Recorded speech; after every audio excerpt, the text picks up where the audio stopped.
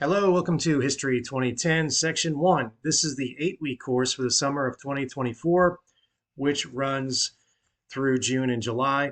I'm the professor for the class. My name is Dr. James McDonald, and this is just a short video introduction to kind of, I think, orient you on the class expectations. We're going to look at the syllabus and we're going to look at Moodle. Again, promised to be a relatively short video, but I'd like to give you at least the details of the class. We're going to be looking at Moodle. This is what you first see here.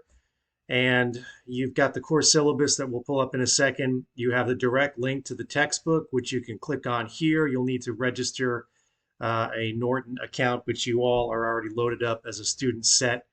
The Include Ed link is here, but this textbook link should give you access.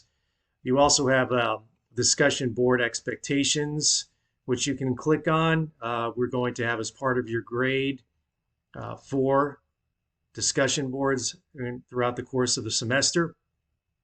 And essentially, Moodle is where you go to complete the different work, and the syllabus is where you see the schedule.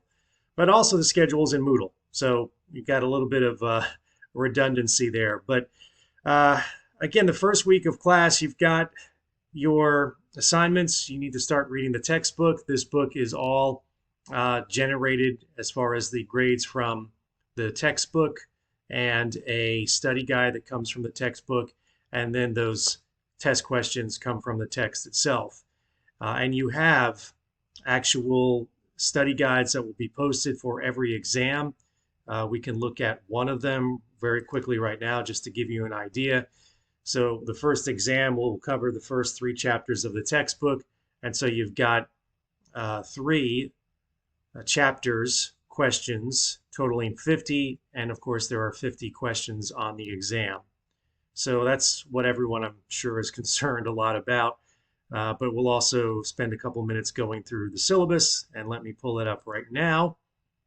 My contact information is there. I'm guessing most of you are going to email me. You can call, but it's summertime and I'm not really in the office over there on campus with the same kind of regularity as during the semester. So your best bet is to email me and to put your section number in the email. You have a good chance of it getting answered if I don't have to spend time looking up what section you're in. And I think that's a good general rule for all your classes that you're in. All your professors and instructors will be very, very grateful that you put not only, history, which is great because, we got a lot of history classes, but 2010, which is, okay, narrowed down even more. But if you can put the 8-week or section 1 in there, I'd appreciate it. And I wouldn't be annoyed when I have to look up what roster you're on. Especially this applies to the fall and spring classes when a lot of us have anywhere from 5, 6, 7 classes. Believe it or not, we actually do have that many. So the textbook is there and linked in Moodle. The class description and objectives are very straightforward. I have a very kind of bare bones syllabus. We just have the basics in here. We cover everything from exploration in the colonies all the way to the end of the Civil War. We're going to be reading the first half, I guess you could call it, of the Tyndall Shy textbook. And you need to keep up with the readings. And I'll also post on Moodle some little intro videos from our author. And that will be placed there in Moodle. It's a good little orientation to each subject that you're going through. There are 4 exams. They are 50 questions. They will be open from Friday to Sunday with the exception of the last week. So keep that in mind. That'll be on the syllabus. That'll be on Moodle. So that's 75% of your grade of those 3 exams. The other 25% of your grade comes from these discussions, which you'll need to complete 4 of them. There's 4 total during the semester. So make sure you do them. Make sure you do them well. And I'll say a few words about the discussions. First of all, you need to take them seriously. If you see here, I clicked on the discussion board expectations. I want you to take kind of think of this as an actual writing assignment, something that you would turn in, even though it's for an internet class. You need to write it clearly. You need to answer the question. It's not a glorified text message. It needs to be at least 150 words. That's a problem we seem to have every semester with students just throwing in a couple of sentences. That will not cut it. If you are in this class, if you listen to this video, you are acknowledging that you've heard the instructions and you have no excuse to not follow the instructions. The other two part of this I have to spend more time on, it seems, every semester with the discussions is that number one, they need to be in your own words. Okay, so lately, ever since we put up these discussions, we have a problem with the folks just copying things off the internets. I don't want you to do that. I wish I could spend a lot more time actually grading your assignment and not looking to see if you are, again, using another method to answer this. This is very straightforward. You have 4 of these. If you do well, it's like getting an extra test grade, especially if you do well. And the other part is now that we have this AI, fantastic, love it. No, I don't. Anyway, we have AI and people run their answer through AI, and I have ability to check AI because there are AI checks out there on the internet. So for every reason why the students try to take shortcuts, we have methods to try to undo those or discover those shortcuts. So you may be familiar with Turnitin. That's certainly something that exists when you submit larger assignments.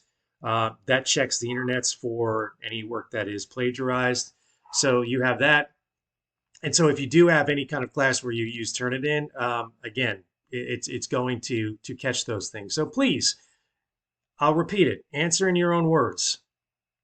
And it isn't cutting and pasting off the internet. That's theft. That's plagiarizing. That's bad. Don't do it. And the same with AI. You run it through one of these AI programs just to come up with your answer. You're going to get no credit on it.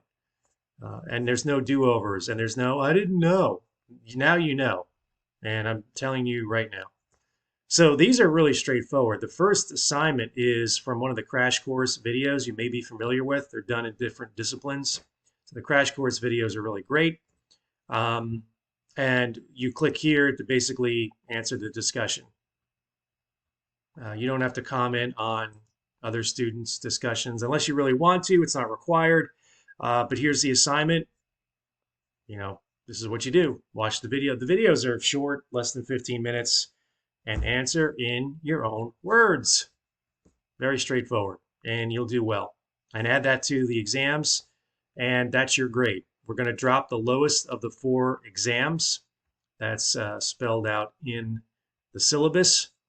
So the lowest test grade will be dropped. So your 3 best test grades plus your 4 discussions. Fortunately, every semester I've got students who do what I call the discussion dump, which is that, you know, you realize, oh, my grades are really going to suffer because I didn't do any discussions, and then you try to do them all at the end of the semester. They are due, as the syllabus and as the Moodle indicates, on Friday. Not the following Wednesday, not the following Friday. They're due on Friday at the end of the day. So turn them in. The exams are open for a specified, this isn't a free-for-all, this class. They're open for a specified amount of time. You can see there, we're going to be open from Friday to Sunday for most of the weeks until we get to the end of the semester.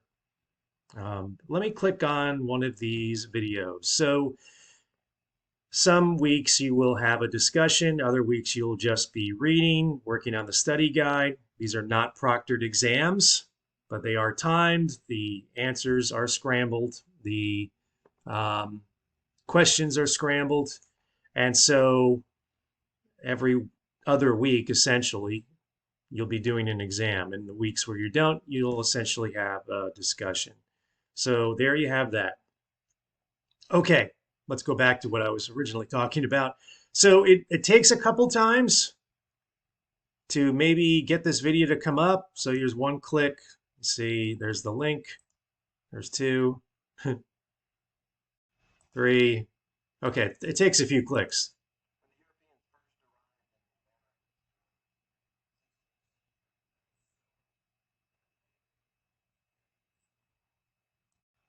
Okay, so that gentleman is our textbook author. Again, these videos are, I don't think any of them are longer than 2 minutes. And in the past, students have told me, oh, this is great. It's a little quick orientation to the subject matter I'm going to be doing as I read. So as you'll see, you'll have a couple, sometimes more every week. Here's week 3. You've got 4 of them. Again, they're very short. Week 3, you have a slightly different kind of discussion. You have a primary source document where you will be reading the Declaration of Independence because it's set within your discussion on the American Revolution, and you have a specific question to answer, and that has to be answered by you. Again, I'm just going to stress this because it happens every semester, not to sound like a broken record, but that's what I see every semester, unfortunately. This is an opportunity, these discussions, and if you don't take them seriously, I mean, I've seen students who do the discussions and then it improves their average, and some who don't, and then it hurts their average. So number 1, do them well and complete them. Very straightforward. This class is structured. It is going to be open every week. I'll open another block of Moodle. And if we go back to the syllabus here, you'll see that we go down further. You'll see the university policies. I'm very good about answering email. Just make sure you put your class and section number. The section number isn't 2010. That's the class number. The section number in this case would be, the 8-week, or put section 1, something to identify yourself. It just is a favor to me. So again, pretty brief syllabus. I just have the schedule here with everything you've got to do. And then you click over to Moodle, and that's where you go do it. So here's our 8 weeks laid out. As you can see, the end of the semester, we're going to have the exam open Thursday and Friday. That is different than all the other exams. And I'll make an announcement about that, and you'll see it in the syllabus and see it on Moodle because we have to enter the grades on that Saturday. So you'll still have 2 days to complete exam 4 as we get to the end of the semester. But there's all the work to do, and then you go to Moodle and you go do it.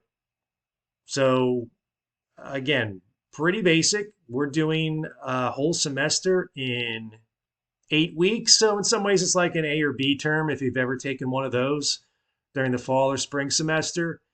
So yeah, we're getting a lot of content in, but you're only probably juggling 1 or 2 classes. And this is very manageable. The book, look, it's a history book. What can I say? Is it a page turner? Maybe not. But there are worse ones, trust me, because we have to look at all of them when we choose one. And this one I think is pretty good. So you can link to that right there, and you'll have to create a login for the publisher, which is W.W. Norton, and that link should take you there. And then you have, again, with your student fees, you've got the electronic access to that book. And we're going to be reading the first chapters, I think 14 of the chapters, if memory serves, as we get to the end of the semester. Yeah, the chapter 14 will deal with the Civil War. And then if you're just dying to find out how this story continues, you can take History 2020 in a later semester, or maybe you already are for the summertime. So I hope this was helpful. If you have any questions, concerns, comments, don't hesitate to email me. Make sure you spell my name correctly. It's M-A-C, it's MacDonald. And I'll get back to you.